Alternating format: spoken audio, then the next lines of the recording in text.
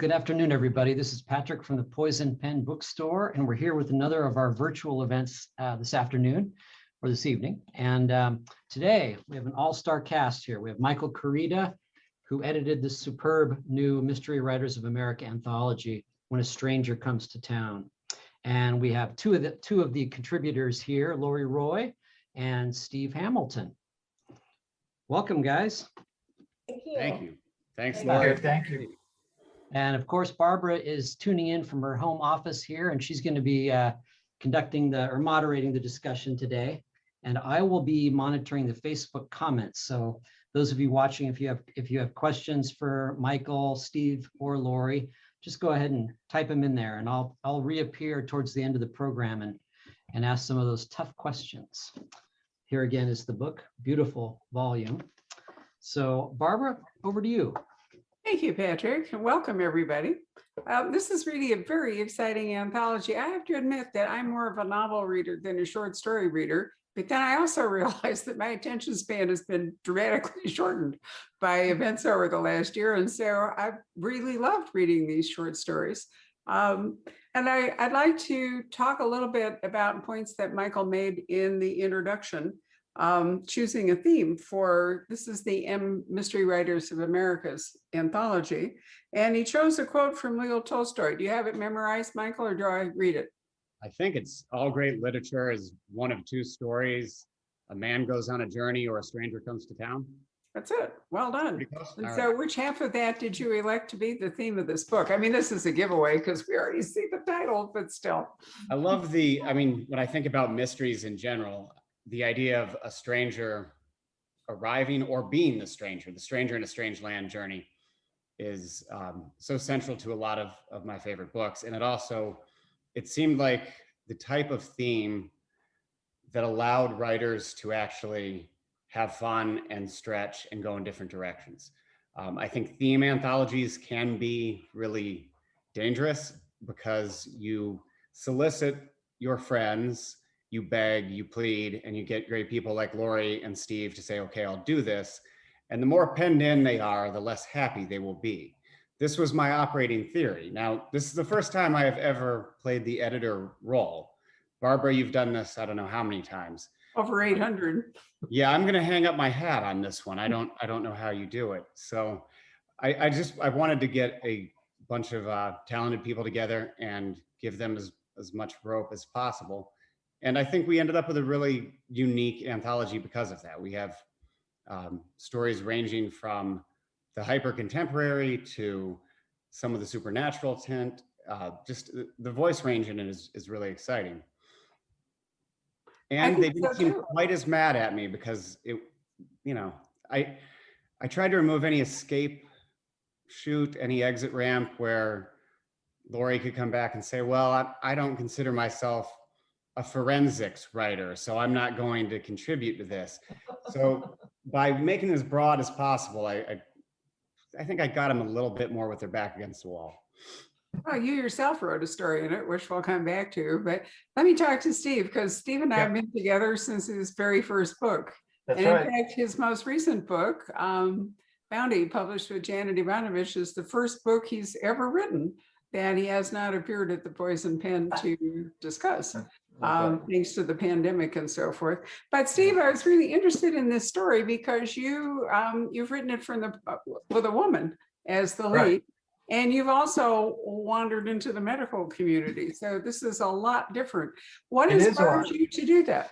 Well, when Michael, Michael asked us first started talking to us about this, it's like 2 years ago, Mike. I mean, it was a long time. At least, yeah. Because I really baited you guys in. I said there was no deadline.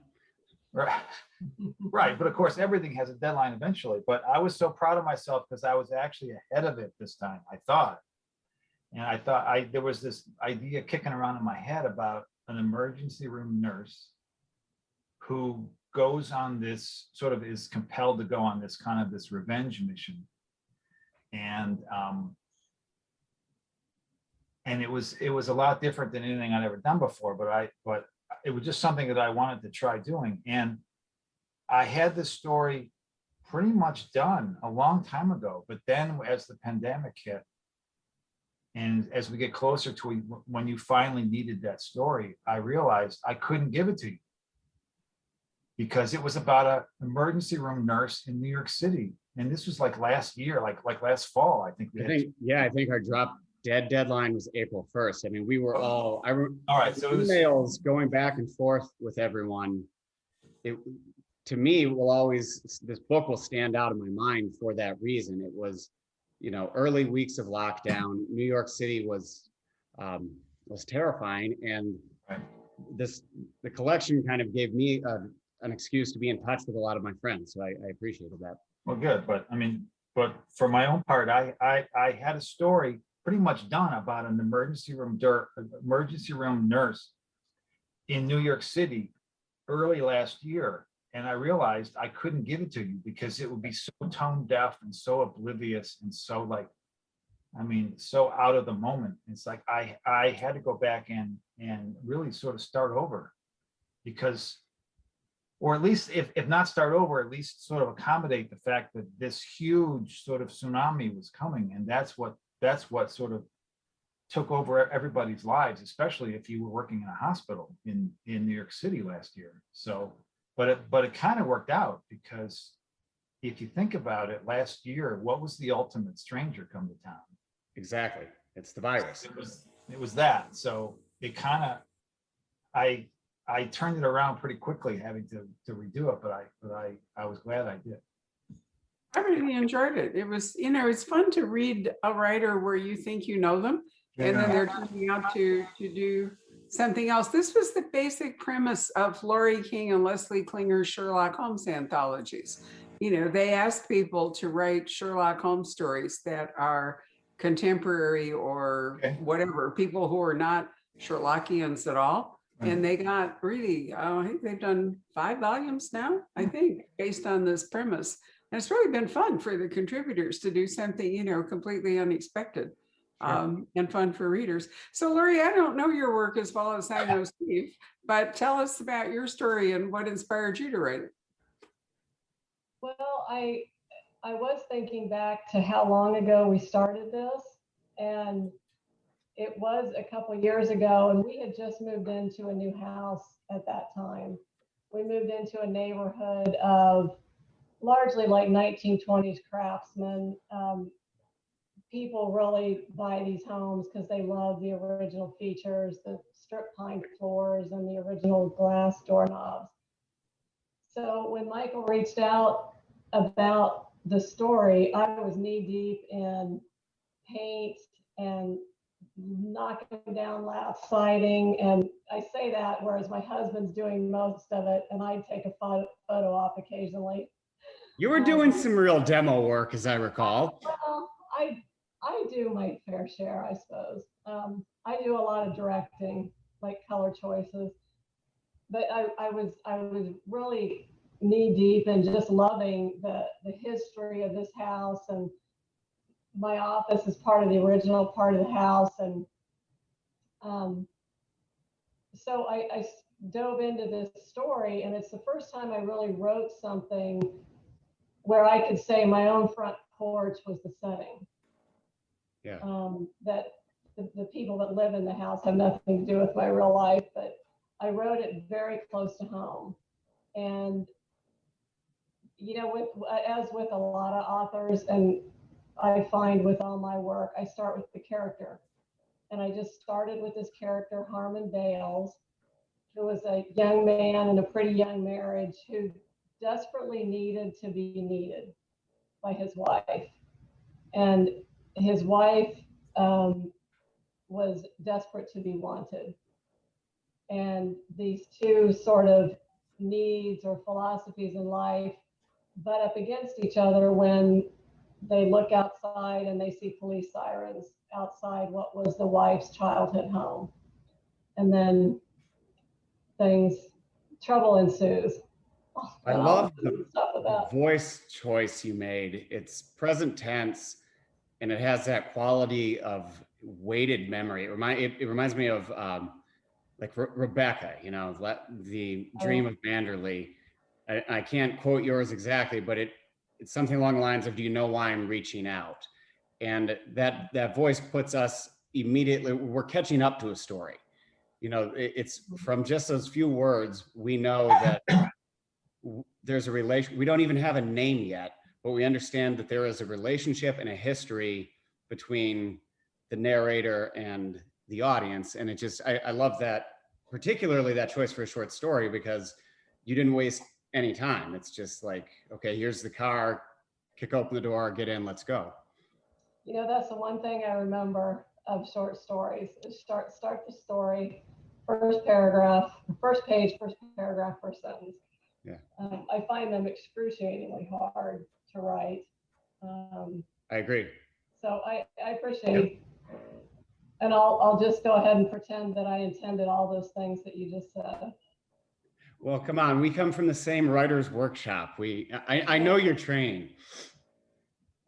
Steve, I'm trying to remember, have you written short stories before this? I'm really only familiar with your novels. Once in a while, basically somebody has to ask me, and then I'll do it. And so I've probably done a dozen of them maybe over the years. It's always somebody saying, hey, will you do it for this? Or, you know, somebody asks me to do it for Ellery Queen or for an anthology, then I'll go ahead and do it. So do you find them Yes, difficult of course, compared to writing a novel? Of course I do. I mean, it's you have to novel is this big rangy sort of affair where you can take your time and really develop things in any sort of pace you want. And a short story is like you have to there's no wasted movement, no wasted space. You have to execute it in just this really tight arena, and it's like it's just a whole different discipline, I think. And I have so much respect for people who can do it very well. I've always been astonished by Jeffrey Deaver, who, you know, is an incredible novelist and writes these amazing, well-plotted, well, in the MWA handbook that we're going to be talking about with Lee Child and Laurie King after this program, Jeffrey has an article like this compared to one sentence from Merrill Estasio, which he talks about outlining and all, and yet he is also a genius at short stories. And, you know, I just amazed. I always want to see inside his brain, you know, which side is running it and how does he do that?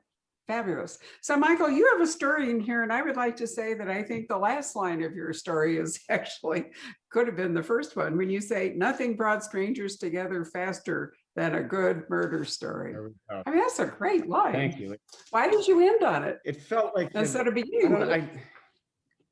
As I'm going to echo what Laurie and Steve said, short stories do feel much more difficult. And there were only a few writers in here who I really knew from short stories. So I knew I was making the ask of a lot of novelists. I'm similar to Steve. I've probably written, I don't know, 10, but it's always been on an ask and from someone I know, and I say sure. And then the moment rolls around where I need to produce, and I'm like, why did I say I would do this? Because it seems just incredibly daunting. So that one, I got to mine a little bit from real life experience in this one in a fun way.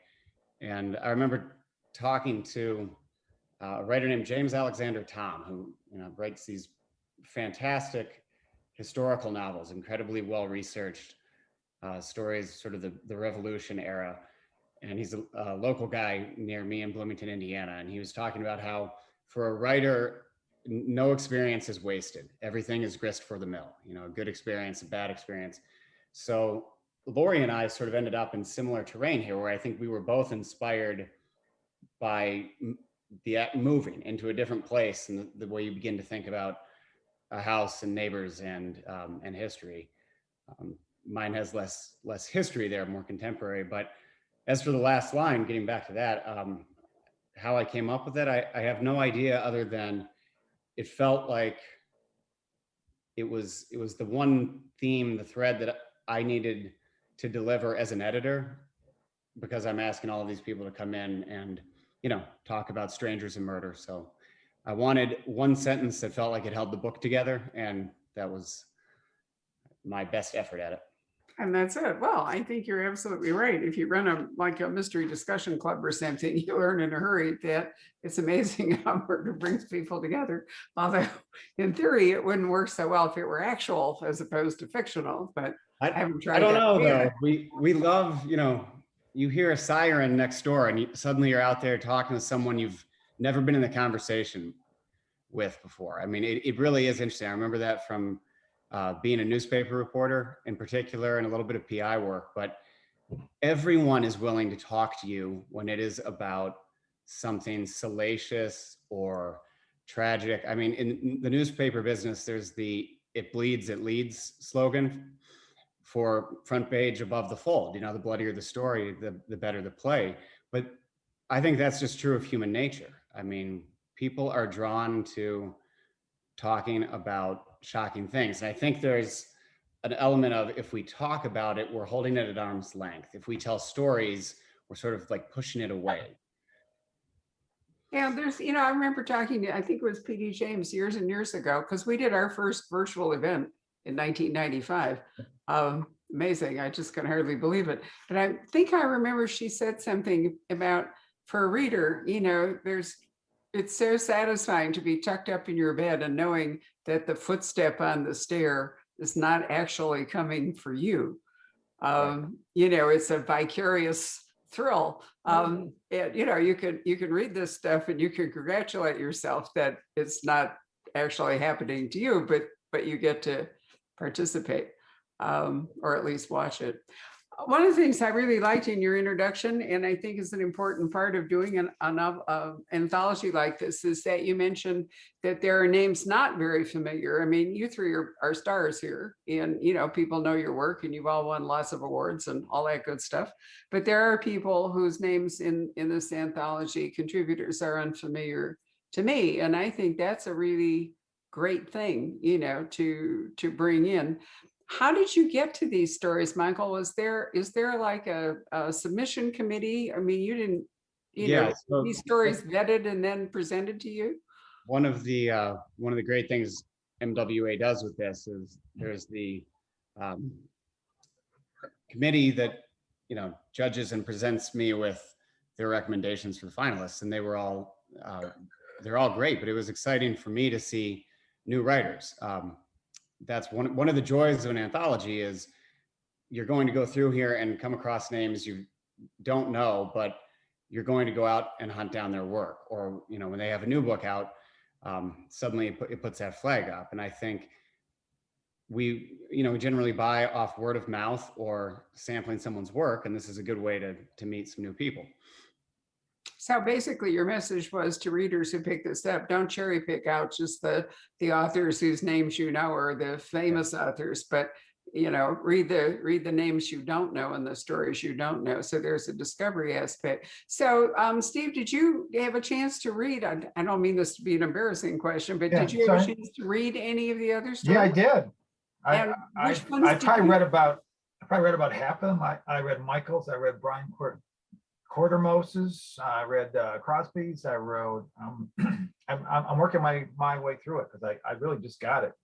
Sean, S.A. Cosby's story I thought was so great. Yeah, I agree. It's the lead story, and I liked it too. And of course, he's just won the Los Angeles Times Book Prize, so right. Pretty awesome. We did a wonderful event with him last, whatever it was last year, that Blacktop Wasteland published. It's Patrick's kind of book. You all know Patrick, so naturally Patrick had an event with him, and we've already scheduled a new one. But Steve, was there anyone in here, whose story, who you didn't know, whose story particularly got to you? Well, it's funny that you say it, because that's the way that you read an anthology, is that you do start with the ones that you know. And in Brian's case, I'm probably the only person who knows him, because he's a Michigan guy, and I see him when I go back there. So I'm still working my way through it, and I'm looking forward to, now that I've read the couple that I know, I'm going to look forward to reading the other people that I don't know yet. How about you, Laurie? Yes, I made sure to read these two fellows' stories before this evening, and read those of the people that I know, and working my way through it. this week, in fact.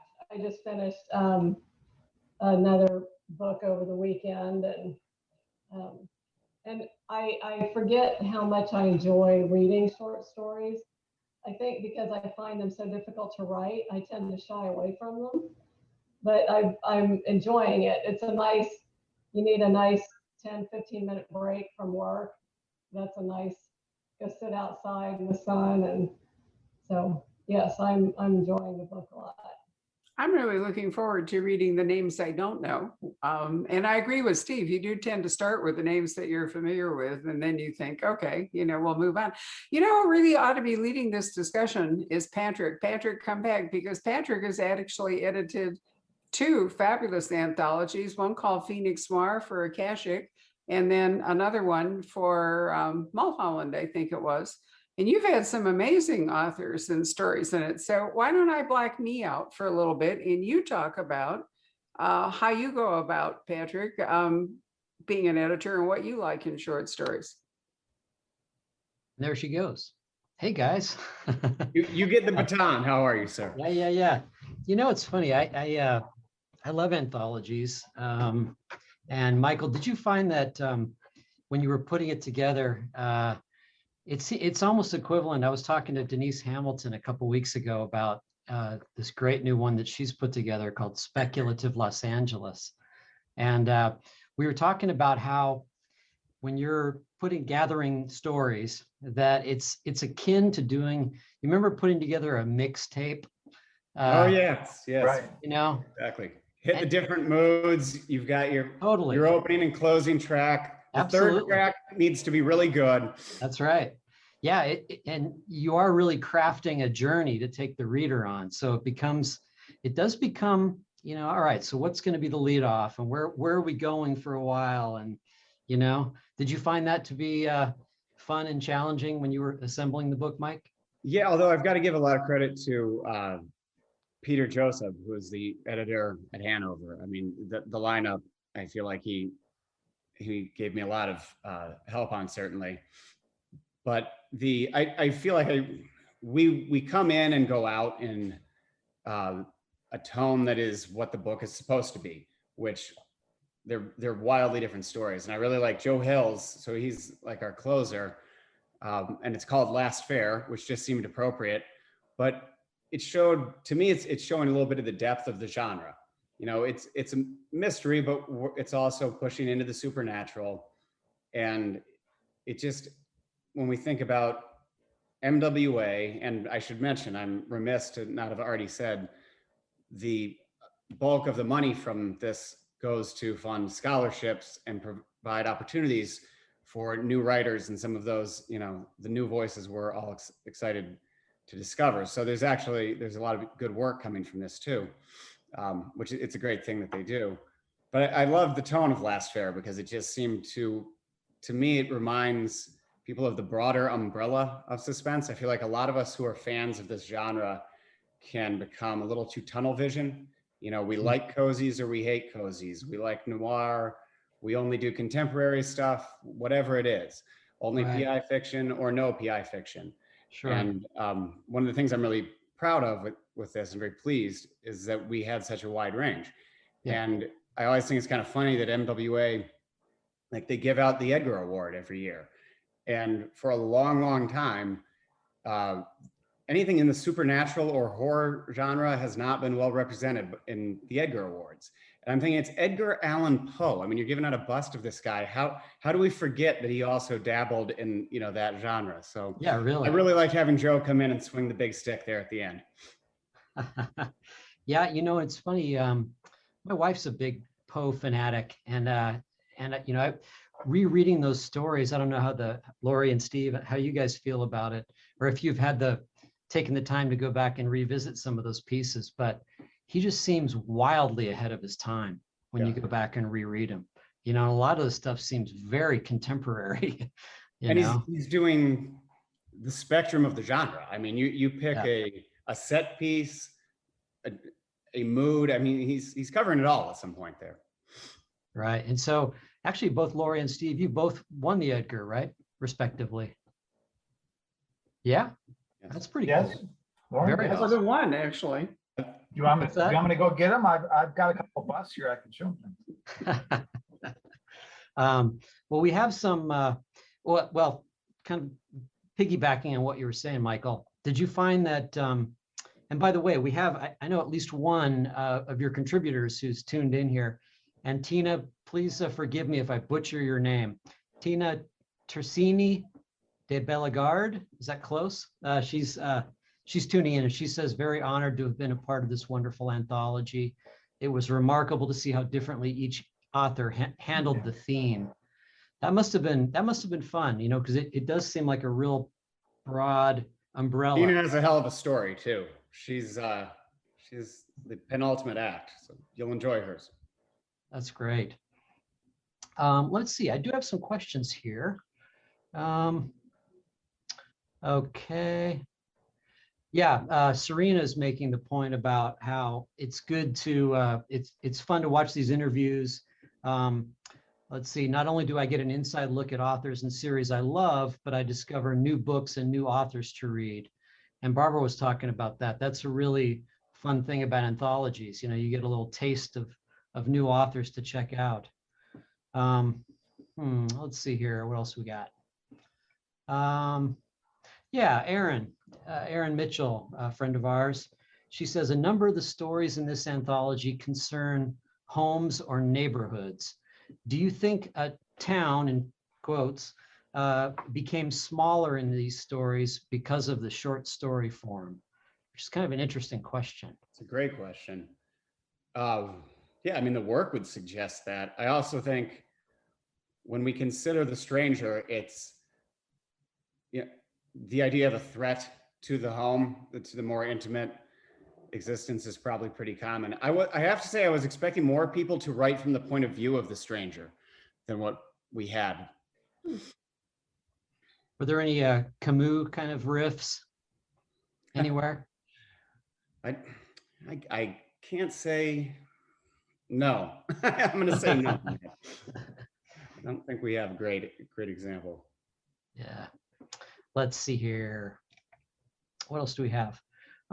Okay, yeah, Pat asked the question of all of you.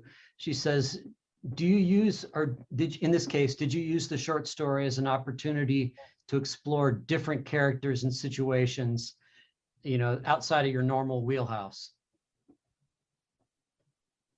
Yeah, that's what I did. Certainly, that's short stories are actually great for doing something that you wouldn't do Exactly.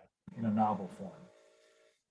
I don't know that I would write a novel from the viewpoint of a, you know, not just a female character, because you can do that, but just someone who is a nurse, someone who comes just from her background. There are certain voices that you can try out in a short story just to see if you can pull it out, that you might be nervous about trying, and, you know, about committing yourself for a whole year to try to write a novel from that viewpoint. How about you, Lori? I'm sitting here kind of thinking back over the short stories I've written, and early in my career, every time I wrote a short story, it evolved into a novel.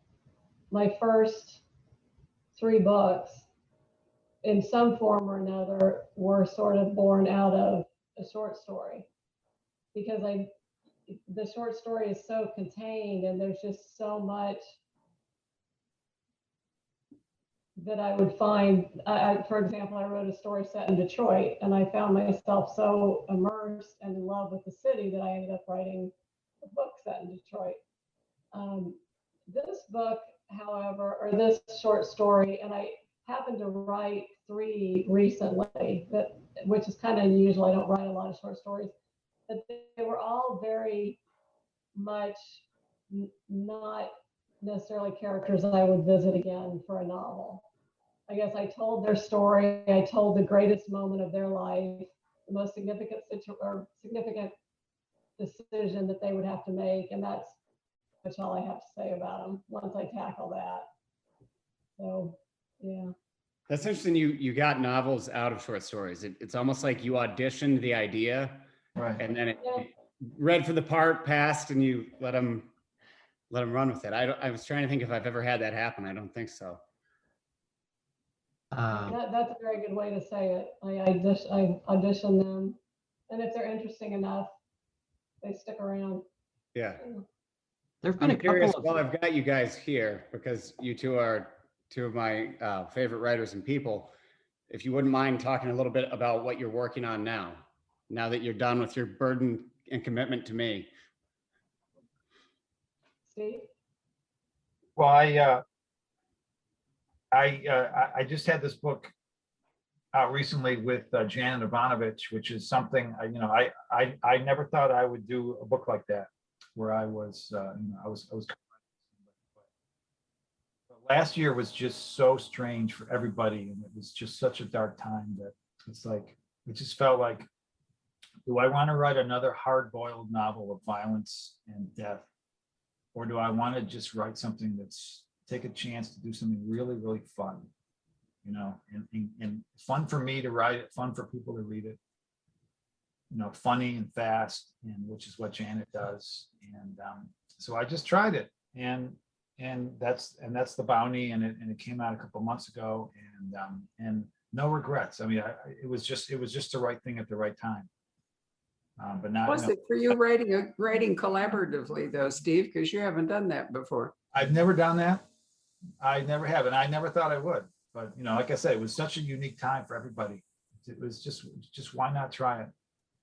But I have a question for you. That's why I popped back in. I was thinking about The Lock Artist, and Right. you'd written a whole set of books about one particular guy, and then suddenly it was like The Lock Artist, how did he become a whole novel as opposed to something smaller? Was there just so much to say about him?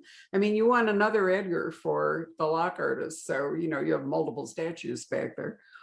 Well, I had done, I guess, 7 McKnight books at that point. And I actually did do a standalone called Night Work for number 8. And so any normal human being would have gone back to the series, but I just had this idea in my head about this kid who had this thing about locks and safes, and I'm sure the other, Michael and Lori can sometimes an idea will come to you and they just won't let you go. Yeah. And it doesn't fit what you've already written about. No, it was so different. It's a young character. It's the first time I ever wrote from a criminal point of view, even though he doesn't want to be a criminal, but it was just, and it really wasn't, it was more of a coming of age story. Right. It was a crime story, honestly, and it sort of turned out more like a young adult novel, even though I didn't realize I was doing that. It was just a whole departure, but it just sometimes, it's a mysterious process how sometimes this thing will just come to you. And the only way to get past it is just to write it. Otherwise, a short story could be a mini version of that. Of course, I'm used to Michael Koryta because you never have any idea what he's going to do. I mean, every book is. I don't even know what name I'm going to show up under. There's that too, because we'll get to see you as Scott Carson in the fall. But I think of you as somebody who keeps getting ideas that don't fit anything else that you've written, and so off you go doing something interesting. I'm dying to see the movie in May with Angelina Jolie, because I think that's such a great book that you wrote. I'm wondering how it's going to translate to film. It's a lot of fun. There's some phenomenal performances, and it just moves. I mean, Taylor Sheridan, who's the director and one of the writers on it, he understands, he knows that world, and he just, once it comes out of the gates, it does not stop. But I appreciate also how well he truly knows the world of the story. It's set in Montana, and Taylor, I think he lives in Wyoming, but he knows, I mean, he's grew up on a ranch. He knows the mountains. He's been in that terrain, and it feels like it has that authenticity that's really special. And Angelina Jolie is pretty special too. So she brings her own brand of special to it. I'm not going to let Lori duck my question, though. I was curious what she's working on. She's trying to hide in the shadows. I could turn my little light down. I am thankfully finally near the end of the next book I'm working on. It it's been a tough, just following on the heels of a book that was tough in subject matter. But this one just very short, very, I don't have a nice slick pitch worked out for it yet, but it's set in the panhandle of Florida, which is where I live. I've sort of settled in the kind of the Southern Gothic sort of genre, I guess. And it's about when a serial killer comes home again, will the victims he claimed be his next or his last? I like that.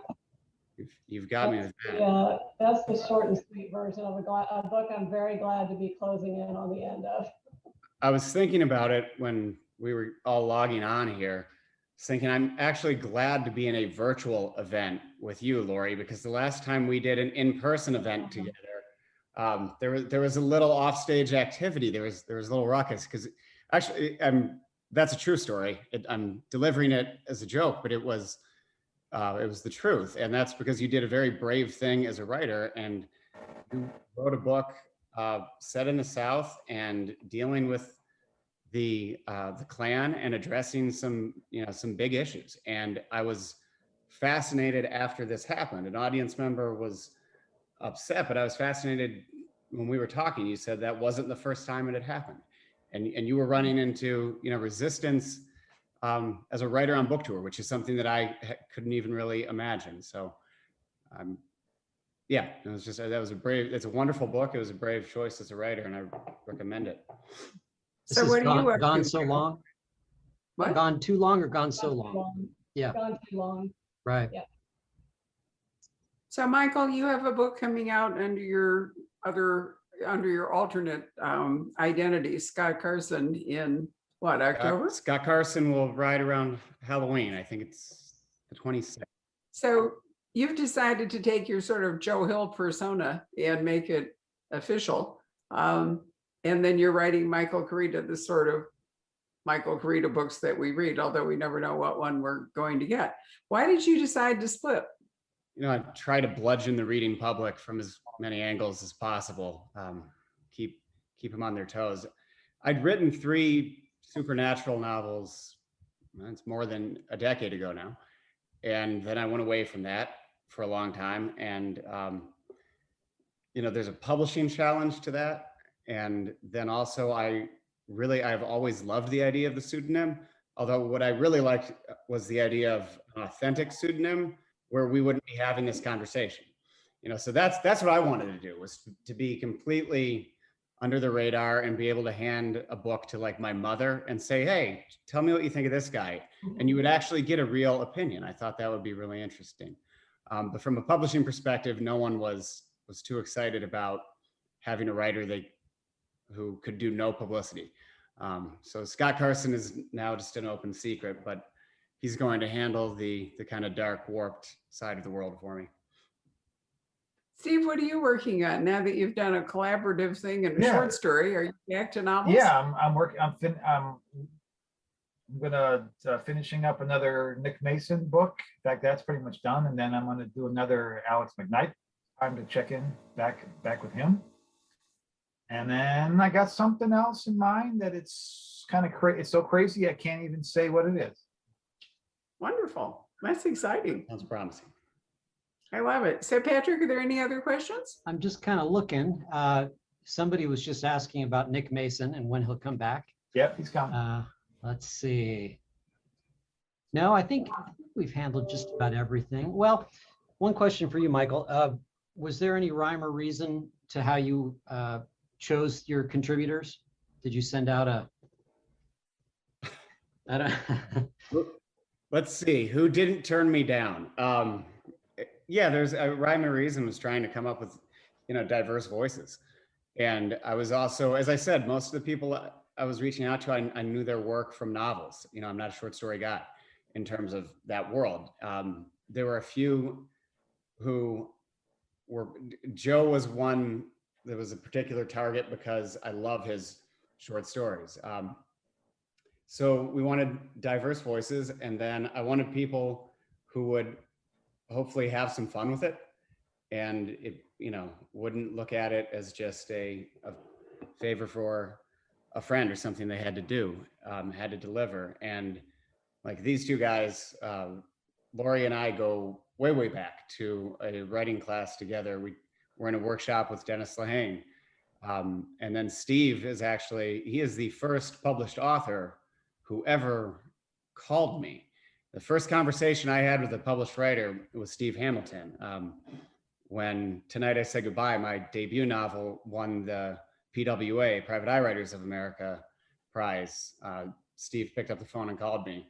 And he probably has no idea just how exciting that was and how much that meant to me. Still does mean to me. So to get back to your question of, how do I send out invitations, I think of people who I believe will deliver. And they both came through, and I really appreciate it. So you have 19 authors, including yourself, as contributors to this. Was there a limit? I mean, in I exceeded it. I did a bad job of listening to the rules. Everyone with MWA is very helpful and precise, and there was a very specific kind of approach. And then I over budgeted, or maybe I thought my rejection rate was going to be higher. I thought maybe it would be like dating. And so, I'd put 50 requests out and then still not have anything to show for it. So we needed to deal with that. But we also, I feel like we were several years out in advance. I was able to give everyone warning and not a firm deadline, which was good. I was thinking Dean Koontz early on said yes. And then he had to drop out for reasons. I mean, he just had to get out. But I remember he responded and he said he would do it under the condition that he was allowed to write at least 10,000 words. And I thought, well, that's going to eat up a good chunk of the book. And I don't know if that really qualifies as a short story, but it's Dean, so sure, yeah, why not? I still would have been curious to see what he did. Patrick had to make that decision. And which one was it? Phoenix? It was Phoenix Noir, right? Where there's a novella included among the short stories. What's the name of your second anthology, Patrick? It's the one about cars, but I'm blanking out. Oh, The Highway Kind. The Highway Kind. So Patrick had like Michael Connelly and James Salas and amazing people. Did Lee Child write one for you there? Because he wrote one for you from Phoenix Noir. No, I almost got Daniel Woodrell to do one, but then he bailed on me. Oh, I did get George Pelicanos, so that was cool. right. Patrick's Phoenix Noir, actually, the story by Luis Alberto Urrea won the Edgar for Best Short Story. And C.J. Box wrote one for The Highway Kind, didn't he? Because it got included in. So you've really had some, but I was thinking about it because leafing through this for you, Michael, the books are generally sort of a standard size. I mean, they can be much bigger or much smaller, but the thing about short stories is they're not uniform in length. So, you could get a really slim short story from one person, and then you could get a pretty serious chunk, maybe not 40,000 words like Patrick ran into, but still a chunk. And so it seems to me that it isn't so much the number of contributors as, the combined length of the stories that's kind of an issue for production. See, this is why you are an editor and a publisher, and I am a guest editor. You thought about these things and you understand them. She's talking about Diana Gabaldon, but see, 40,000, that's like flash fiction for Diana. Yes. So, we all just kind of laugh, but she did write a short one for The Highway Kind. She and her husband together. That was actually a short story.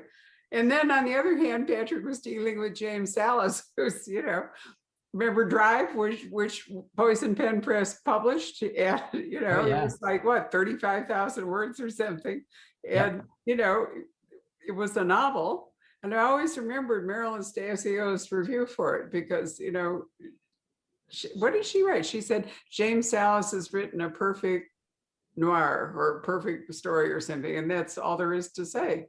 And it became a great movie. It became a movie in part because it was so terse. It was so short that it made the movie with Ryan Gosling really pretty easy. Yep. But I think that's one of the great things about short story collections is that you get the really short, and then you get and in fact in the MWA handbook that we're going to be talking to Lee and Lori about here shortly, it ranges all the way from big pages by Meg Gardner and big pages by Jeffrey Deaver to one sentence by Marilyn Stasio.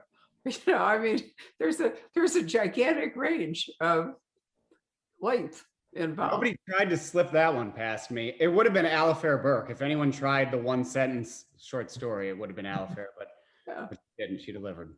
But I think that, that makes collections fun, where you get so many different characters and so many points of view and stories, but you also get, very brief reading experience or a slightly more immersive one. And there's no standard length, is there? I mean, it's supposed to be short, but in point of fact, they can vary pretty dramatically in size, depending on what you want to say. Anyway, if that's it, Patrick, no more questions? Nope, not really. A lot of people are excited about the movie, Michael. And they're weighing in on that. So that's I was pretty going to cool. say, who wants to talk about books? There's a movie. Come on. What's the actual screening date? May what? May 14th. May 14th. Well, we'll try not to schedule an event at the Pen so we can all stay home and watch. Is it gonna be in theaters or streaming? Both. So AT&T worked out a deal where Warner's movies are in theaters, but then they also have a 31-day window on HBO Max. Fabulous. You have Great. options. You can take your vaccinated butts to the theater, which I encourage you to do, or you can stay at home and enjoy it in comfort and leisure. It's very exciting. This has really been fun. It's so great to see all three of you. I see Patrick all the time, but it's wonderful. I miss you guys. It's so weird not to actually get together. I know it. I appreciate you having us, and I appreciate Lori and Steve giving up an evening to support the cause here too. We do too. So thank you both, all three of you very much. And this is really a terrific book. And it's great pandemic reading because you can just get lost in it for a short time if you choose, or you can gulp down a whole bunch of them all at once, depending on your mood. It's very elegant, very well done. And hats off to Hanover Press for the excellent job that they did with it. Anyway, thanks very much for joining us. Bye, everybody. Take care. Thanks Thank for you. watching. Hello. We hope you're enjoying our programs and podcasts with authors. We'd like to expand them, and your help would be appreciated. Please make a donation at poisonedpenfoundation.org. 100% of the proceeds will go to help connect authors with readers in this difficult time. Thank you.